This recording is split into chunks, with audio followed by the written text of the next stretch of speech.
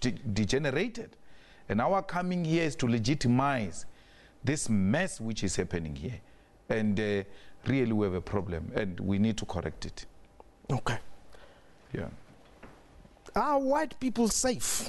You're saying we are not calling for them to be attacked as yet. Yeah. So is there a time at which perhaps we must anticipate that the EFF is going to call for white people to be killed or driven to the sea?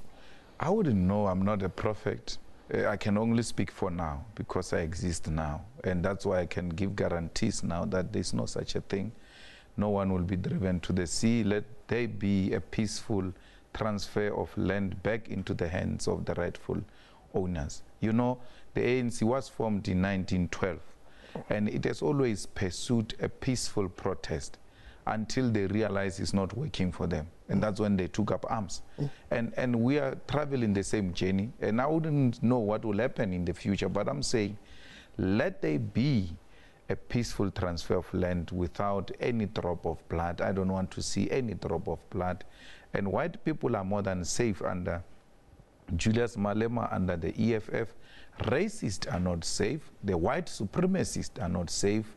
The people who believe in Afrikaner supremacy and nationalism are not safe under Julius Malema, because I'm not scared of them. I expose them, I confront them, and they are used to being worshipped. They are used to being getting black people to be answerable to them. I'm not answerable to any white person, and that's why they are not comfortable with me. You know, I'm like Nigerians to white people. Nigerians don't tolerate any nonsense that comes their way, and that's why there are not so many white people in Nigeria, because they think Nigerians are rude people.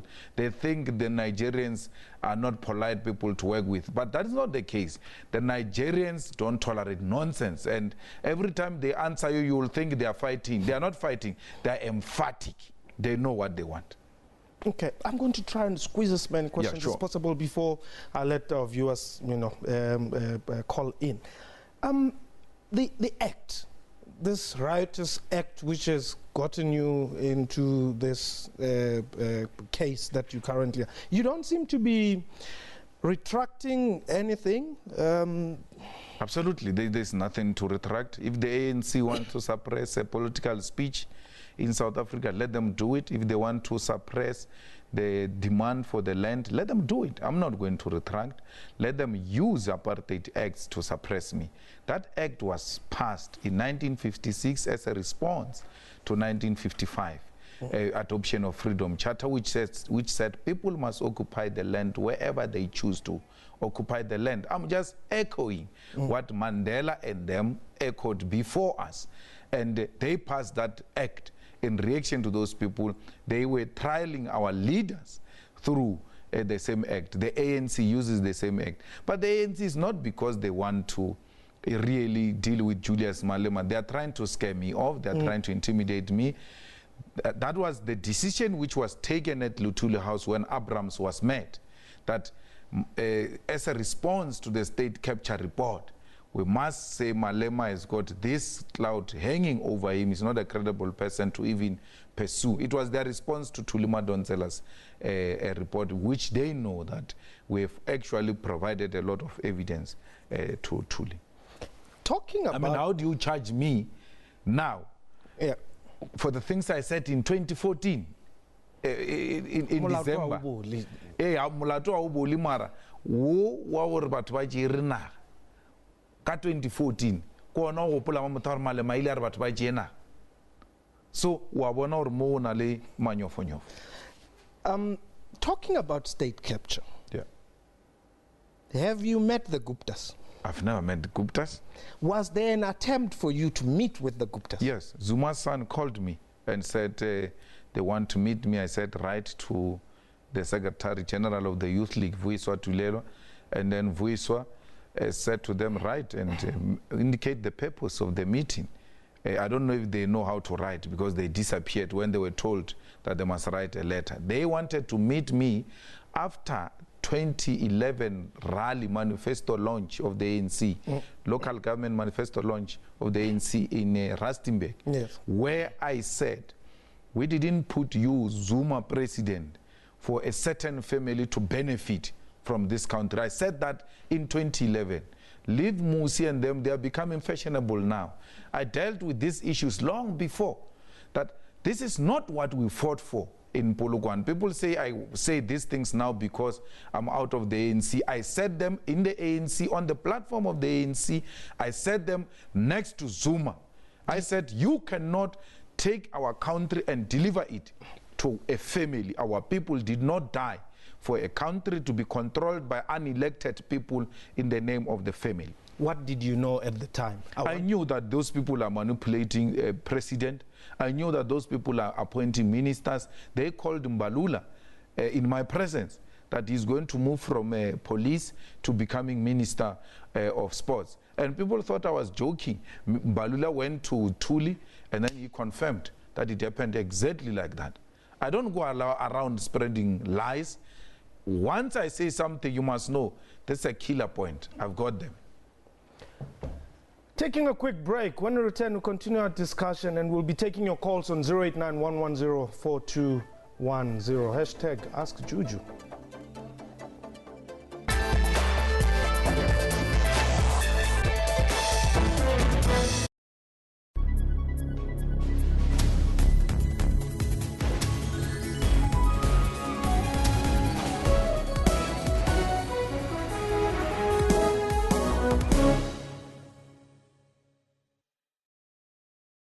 Make your house ultra homey with Macro's big festive season savings on appliances like Samsung inverter air conditioners now 8,599 each, save 2,000 Rand. A Philips air fryer and hand blender combo, get both for only 1,999 and save 1,000 Rand. And how cool is the Hisense 340-litre frost-free fridge for 5,999, save 500 Rand. Share in these and other big festive savings for home, for business, for life. Only at Macro, big on life.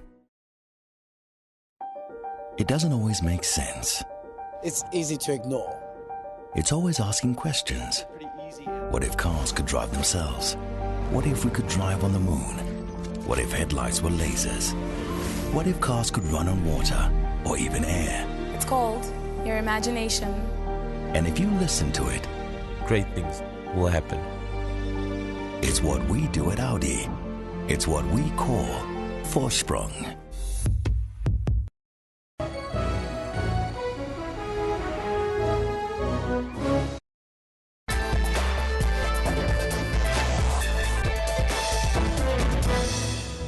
Welcome back. You're still watching Question Time. My guest today is the leader of the EFF, Julius Malema.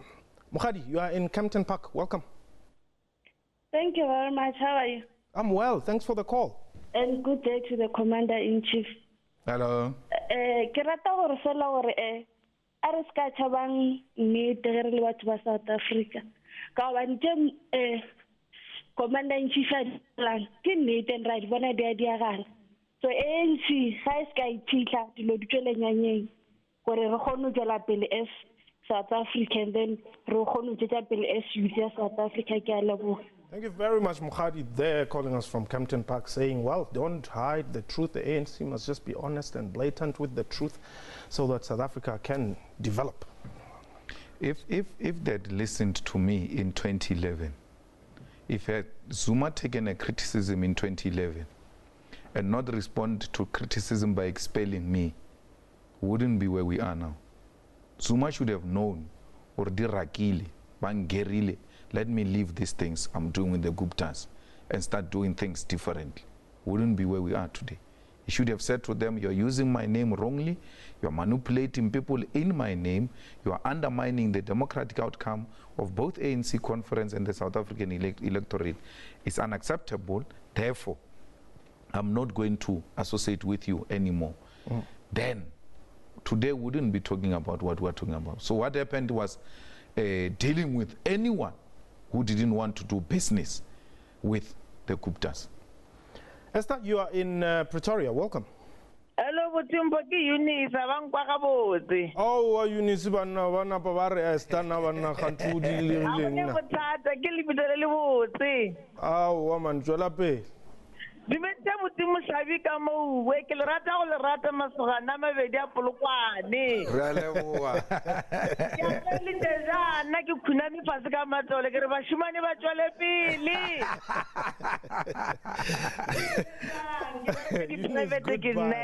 Mara Fela. Eunice. On va bonner la quoi, on va porter la livre, on a Mashabi, sana di private hospital, but follow up on about uniform. As my nurse, he care work about a uniform, really cheap labor. In 30 years in a field, Axoka Gekral Trophy A1. One day, Utana within 2 weeks, Mamma Van Bentel, Hannibal River raise the concern. What river fast? Mashabi Tata and Tagana, go imagine message on Facebook. Karamusabi Kampatel and Galevo. Okay. Okay, Eunice. Well, Eunice, they're saying, yeah, she's in the health sector. They are not working permanently because there's a lot of things that are not going well in that sector, which I think goes to one question which I've always asked labor unions here, that the youth workforce, one, they are not unionized. Secondly, they are highly abused. The call center workers and all that. What does the EFF do or intend to do with such a critical workforce? Well, firstly, they can't be unionized because unions are in the pockets of management. They are with the ruling party, they are with the management, and in most cases, they sell out workers. She raises a very correct point. She says, we've been here, working here for a very long time. And a white lady will just come in 2 months' time. She's already given promotions. She's got stars as a nurse. And then we must salute her, having found us on the field. So those are the things that the EFF is exposing. We are fighting against white supremacy and suppression of our people because by speaking out against these things, then these workers are beginning to say, well, we know our rights. Listen to what she says. She says, we are being victimized because now we're speaking out. And why are we speaking out? We learn from you that we need to confront the system, we need to confront the establishment to start respecting us and paying us accordingly, particularly equal pay between black and whites. I'm not fighting white people, but I'm worried. 22 years into democracy, everything cheap labor is black. I've entered these buildings of the SABC from the gate until I arrived here. No white security guard, no white cleaner, no white tea lady. What have we done? Why do we deserve this? Did Jesus Christ die for us to be subjected to this? No. In the restaurant when I arrived here in Joburg, there were white waiters and waitresses. Where are they today? They are no longer there. Why? Because their life have been improved. They don't need those change from restaurants. It's blacks who must go and do that work. Somebody asked me, do you go to restaurant? I said, no, I don't go to restaurant because I thought restaurants were for the rich.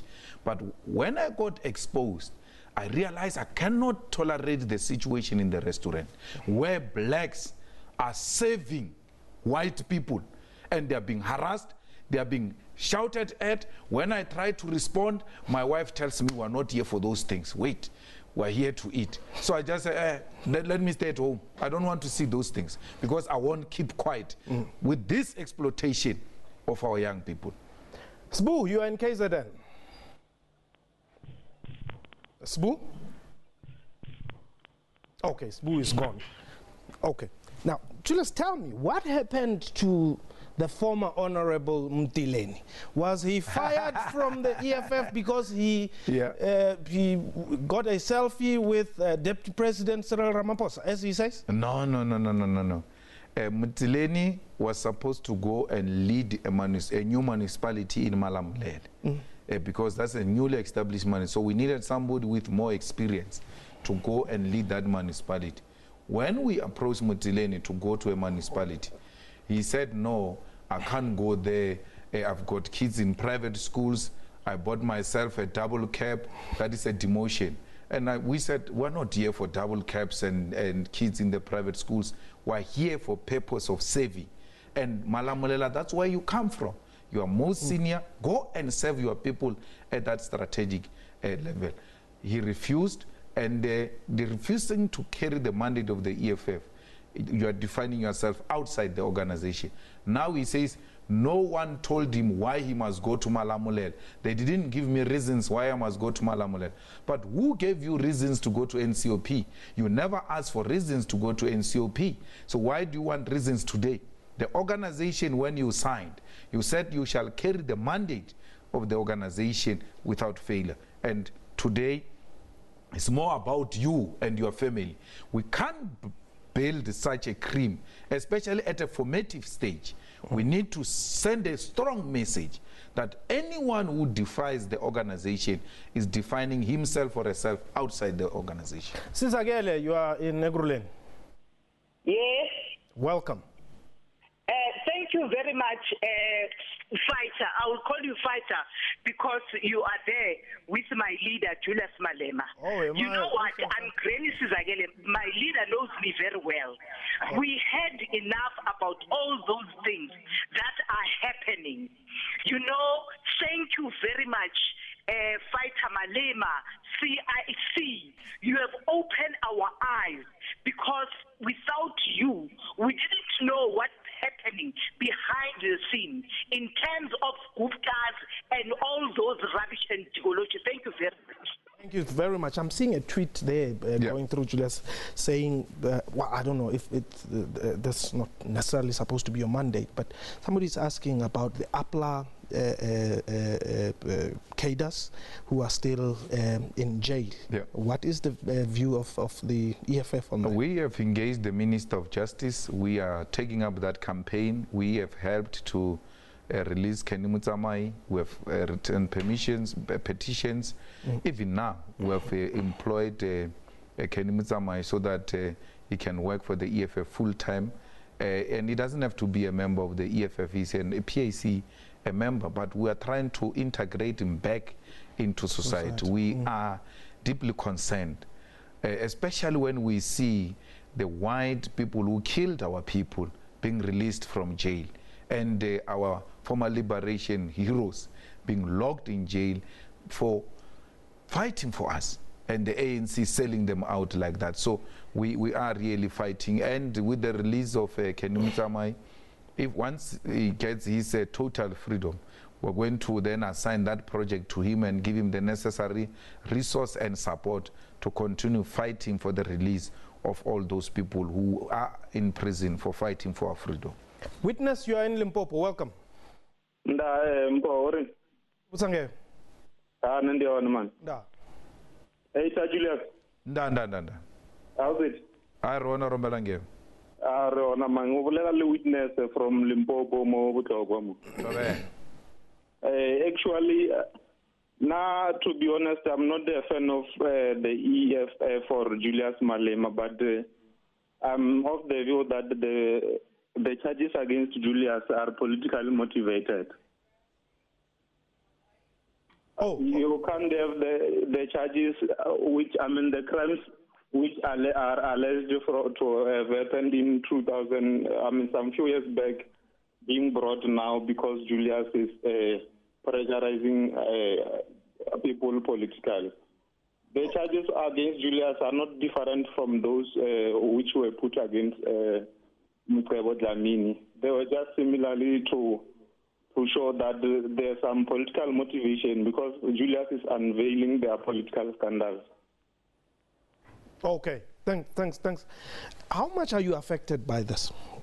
I am not affected at all. The Riotous Act charges, it's an apartheid act which says it was aiming at protecting the Europeans against non-Europeans. So it doesn't have a place in South Africa. The aim was to silence us. I know how the chaps from Rangwani's house operate. So when they can't take a political pressure, they start looking for things to suppress their opponents with. So I don't believe that there's anything wrong I've done. I've given a lot of people till today a place to call home. And they've successfully occupied those pieces of land. They've got a place to call home. And that's what makes us sleep at night.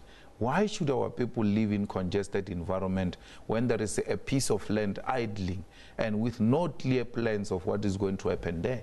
Let our people have a place called home. That's all we are fighting for. And if that means me going to prison for fighting for such a just cause, so be it. I'm just continuing with Subukwe, with Biko, with Mandela and Chrisan. That's what they've been fighting for. So you're not afraid of jail? I'm not afraid of jail, particularly if I'm jailed for the land, not for corruption and wrong things that are criminally related. But this is purely a political trial, and which we are ready to confront. What should we expect from the EFF going forward? Well, the EFF is the future of South Africa. It's growing, and people should be guaranteed that the EFF will continue to hold the executive accountable, and they will continue to fight for the voiceless and the landless masses of our people. We will ensure that indeed the poor, they are heard by both business and the government. We speak today, the JSE is now changing policies, saying for you to be listed, you need to have black partners. Who did that? Is the EFF. The future looks bright. Maybe you need sunglasses. Thank you very much for the time. Thank you. And that was question time for today. A big thank you to my guest and to you for watching the show. From me and the crew, you have yourself a wonderful time. Hi, Bechot.